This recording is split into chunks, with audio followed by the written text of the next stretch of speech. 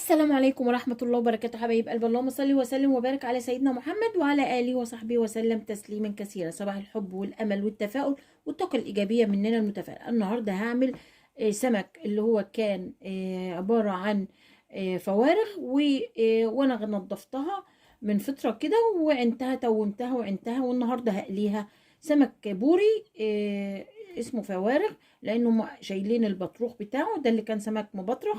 وهقليه عملت ايه، تومه وملح وفلفل وكمون، وحطيت ايه تاني، وكركم او كاري. حطوا كاري، الكاري جميل قوي قوي، وخل وليمون.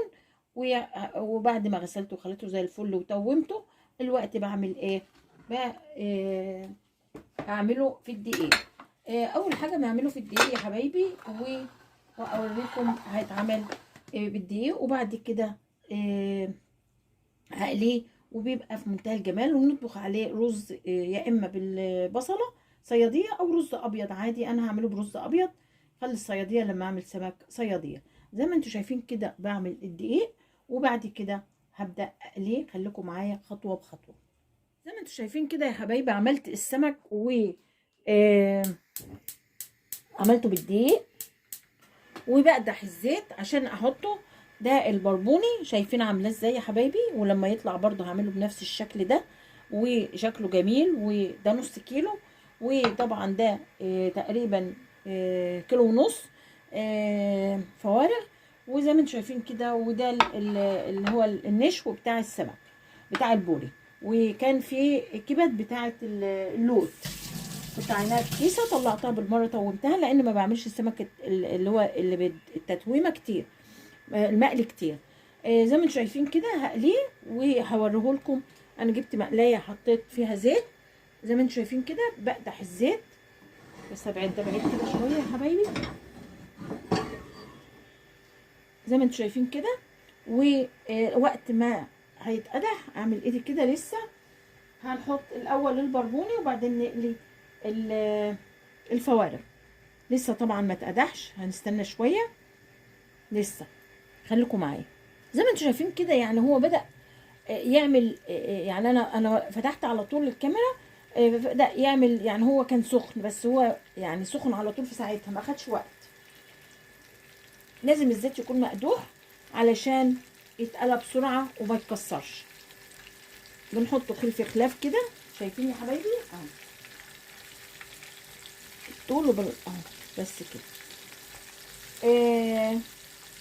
هنقليه ونقلبه على الناحيه التانيه بعد ما يتقلى.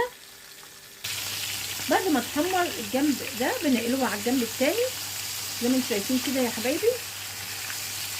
نستنى لما يتقلى، ما تقلبوهوش كتير، هي تقلبتين، تقلبه على اليمين وتقلبه على الشمال وبس. فزي ما انتم شايفين كده ما بقلبوش كتير. هسيبه يستوى الجنب التاني وهطلعه على طول.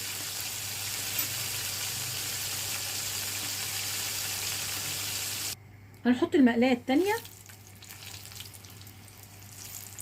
خلف خلاف كده برضو، وهوريكم اللي انا قليتها شكلها ايه. شايفين شكله يا حبايبي؟ شايفين شكله وجماله؟ هرش عليه فلفل اول ما بيطلع، الفلفل الاسود بيخليه طعمه جميل. خلصنا قلي البربوني، هننزل على قلي البوري الجميل اللي انتوا شايفينه ده. هعمل الزيول الاول وبعدين هعمل الراس، المنطقه اللي فوق. هرش برده فلفل على بقيه البربوني وهوريه لكم هيطلع شكله ايه.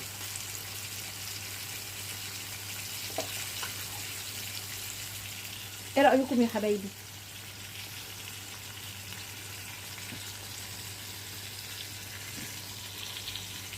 ايه رايكم يا حبايبي؟ قولوا لي رايكم ايه في البربوني الجميل ده.